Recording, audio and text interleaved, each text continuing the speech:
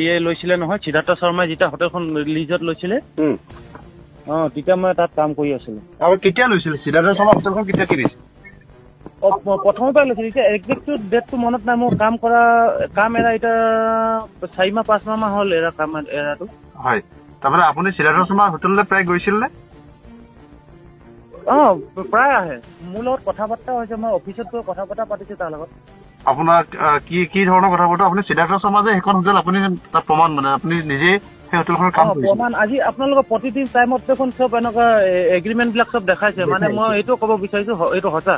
যোনটো পুদ্দা মেনেজাৰ সাক্ষাৎকাৰ দিছিলে সেইটো মেনেজাৰ নহয়। তাৰ মেনেজাৰটো হৈছে এতিয়া ছুটীত আছে, চৌহান বুলি আছে, কে চৌহান বুলি। তাৰ নম্বৰো আছে মোৰ। সিও ঘৰত আছে, 2টা মেনেজাৰ ঘৰত আছে, 2টা নম্বৰ আছে মোৰ লগত। আচ্ছা, আপুনি কিমান দিন কাম কৰিলে তাতে? মই 5 মাহ মান কৰিলো তাতে। 5 মাহ মান। কেতিয়াৰ পৰা কেতিয়ালৈকে কৰিছিল আপুনি?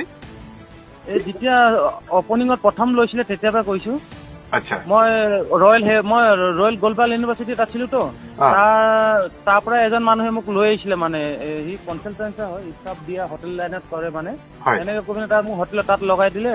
মই তাত কাম কৰি আছিলো। তাৰ পৰা তাত লগাই দিলে, মই তাত কৰিলো। তাৰ পিছত ভাল নলগা হ'ল। মানে কিচেন আগৰ মালিকটো পঞ্জাবী মালিক আছিল তো, পুৰণা মালিক। মালিক পঞ্জাবী এজন। তাৰ এনেকুৱা নামটো